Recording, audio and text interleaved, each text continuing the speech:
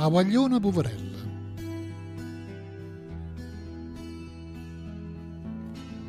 Fuori a chiesa, lo Gesù Salvatore, ci stava una guagliona accucciuliata, che si trovava là a tutte l'ora, sempre che faccia triste e sconsolata.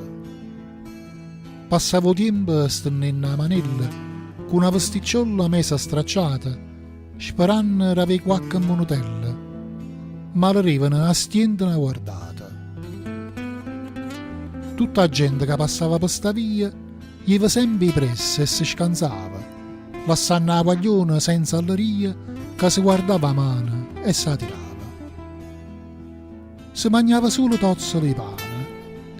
A avuta chi non sapeva che farne, che spesso divideva pure che cane, senza assaporare mai no poche carne. Pure a Virne, in quella sola una sciarpa, che così non poteva sta nessuno, teneva i piedi scausi senza scarpa, con tanta chiaia, ferite e gelone. La faccia scavata, l'occhio infussata, il corpo che pareva uno stecchino, la capa un coppia di nocchia calata, si trovava là già a prima mattina.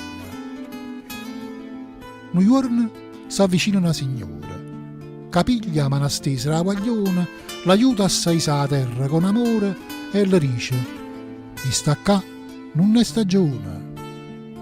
Lascia sto posto che è freddo e gelato, vieni con me che ti troverai buona».